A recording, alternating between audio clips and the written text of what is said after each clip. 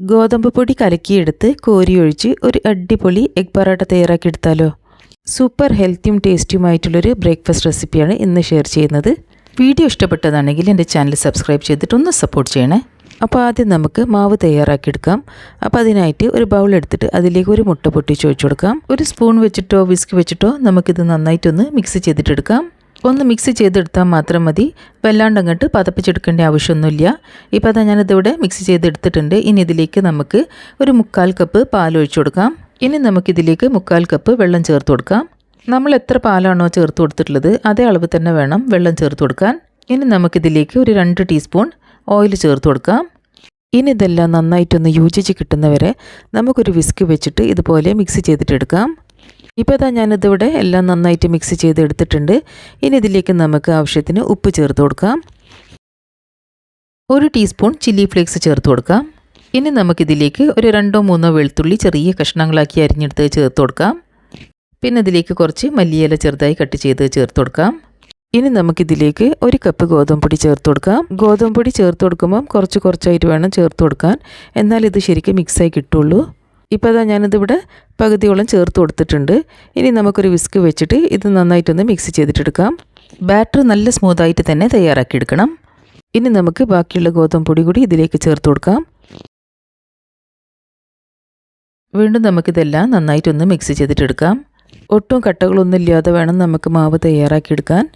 നിങ്ങൾക്കിങ്ങനെ കൈ വെച്ചിട്ട് മിക്സ് ചെയ്യാൻ ബുദ്ധിമുട്ടാണെങ്കിൽ ഇതെല്ലാം മിക്സിയുടെ ജാറിലേക്ക് ഒഴിച്ചു കൊടുത്തതിൻ്റെ ശേഷം പൾസ് മോഡിലിട്ടിട്ട് 2-3 പ്രാവശ്യം അടിച്ചെടുത്താൽ മതി. അപ്പോൾ അവിടെ നമ്മുടെ മാവ് റെഡി ആയിട്ടുണ്ട്. ഇനി നമുക്ക് പറാട്ട ഉണ്ടാക്കിയെടുക്കാൻ തുടങ്ങാം. നമുക്കൊരു നോൺ സ്റ്റിക്കിൻ്റെ തവയോ പാനോ ചൂടാക്കിയെടുക്കാം.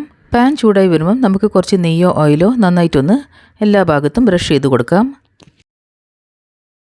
ചൂടായ പാനിലേക്ക് നമുക്ക് ഒരു കയ്യിൽ മാവ് ഒഴിച്ചു കൊടുക്കാം.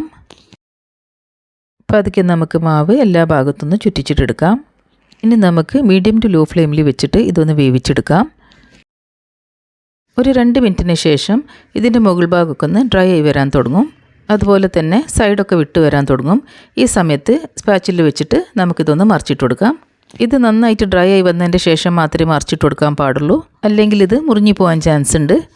ഇനി നമുക്ക് 1 ടീസ്പൂൺ ഓയിലോ നെയ്യോ എടുത്തിട്ട് ഇതിൻ്റെ സൈഡിലേക്കൊക്കെ ഒന്ന് ഒഴിച്ചു കൊടുക്കാം. ഇനി മറിച്ചിട്ട ഭാഗവും പെട്ടെന്ന് തന്നെ വെന്ത് കിട്ടും. ഈ ഒരു പറാട്ട ഉണ്ടാക്കിയെടുക്കാൻ എത്ര എളുപ്പമാണോ അത്ര തന്നെ കഴിക്കാനും ടേസ്റ്റിയാണ്. ഇനി ഒരു മുട്ട പൊട്ടിച്ചിട്ട് ഇതിൻ്റെ മുകളിൽ ഒഴിച്ചു കൊടുക്കാം. ഇനി ഒരു സ്പൂൺ വെച്ചിട്ട് ഈ മുട്ട ഒന്ന് ഉടച്ചെടുക്കാം. എന്നിട്ട് എല്ലാ ഭാഗത്തൊന്ന് സ്പ്രെഡ് ചെയ്ത് കൊടുക്കാം.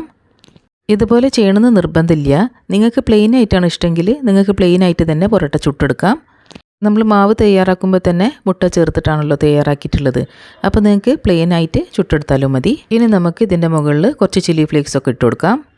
ചില്ലി ഫ്ലേക്സിന് പകരമായിട്ട് നിങ്ങൾക്ക് വേണമെങ്കിൽ കുരുമുളക് പൊടി ചേർത്ത് കൊടുക്കാം. കുറച്ച് ഉപ്പ് കൂടി നമുക്ക് സ്പ്രിങ്കിൾ ചെയ്ത് കൊടുക്കാം.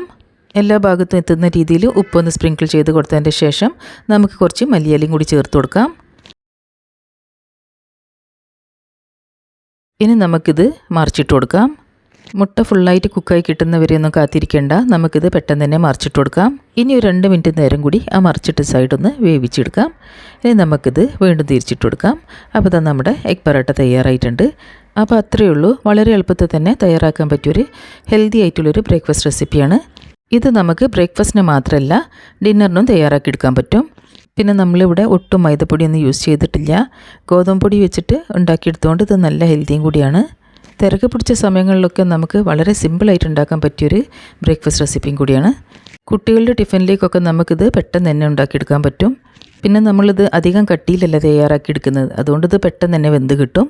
പിന്നെ ചില്ലി ഫ്ലേക്സും മല്ലിയിലൊക്കെ നമ്മൾ ആദ്യം തന്നെ മാവിൽ ചേർത്ത് കൊടുത്തിട്ടുള്ളതാണ്. പിന്നെ പറാട്ട ഒന്ന് നല്ല കളർഫുൾ ആവാൻ വേണ്ടിയിട്ടാണ് ഇതിൻ്റെ മുകളിൽ നമ്മൾ ചില്ലി ഫ്ലേക്സും മല്ലിയിലൊക്കെ ഇട്ട് കൊടുക്കുന്നത്. അപ്പോൾ നമ്മുടെ ബ്രേക്ക്ഫാസ്റ്റൊക്കെ ഇവിടെ തയ്യാറായിട്ടുണ്ട്.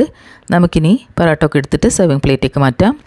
അപ്പോൾ ഈ ഒരു പറാട്ട റെസിപ്പി നിങ്ങളെല്ലാവരും ഒന്ന് ട്രൈ ചെയ്ത് നോക്കണേ. നിങ്ങൾക്ക് എല്ലാവർക്കും ഇത് തീർച്ചയായിട്ടും ഇഷ്ടപ്പെടും. പിന്നെ ഇത് സൂപ്പർ ഹെൽത്തിയും കൂടിയാണ്. ഇപ്പം നിങ്ങൾക്കിത് കാണുമ്പോൾ തന്നെ മനസ്സിലാവുണ്ടാവും ഇത് എത്രമാത്രം സോഫ്റ്റാണെന്ന്. ഇതിനടിഭാഗം ഒന്നും ഒട്ടും കരിഞ്ഞിട്ടില്ല. പിന്നെ പറാട്ട ഒക്കെ നല്ല കളർഫുൾ ആയിരിക്കുമ്പോൾ കുട്ടികൾക്കൊക്കെ നല്ല ഇഷ്ടമായിരിക്കും കഴിക്കാൻ. അപ്പോൾ സിമ്പിളായിട്ടുള്ള ടേസ്റ്റി ആയിട്ടുള്ള ഹെൽത്തി ആയിട്ടുള്ള ഈ ഒരു എഗ് പറാട്ടൻ്റെ റെസിപ്പി നിങ്ങളെല്ലാവരും ഒന്ന് ട്രൈ ചെയ്തിട്ട് നിങ്ങളെ ഫീഡ്ബാക്സും സജഷൻസും ഒക്കെ തന്നെ കമൻറ്റ് ബോക്സിൽ കൂടി അറിയിക്കണേ. വീഡിയോ ഇഷ്ടപ്പെട്ടതാണെങ്കിൽ ലൈക്ക് ചെയ്യാനും ഫ്രണ്ട്സ് ആൻഡ് ഫാമിലിയുടെ കൂടെ ഷെയർ ചെയ്യാനും മറക്കരുത്.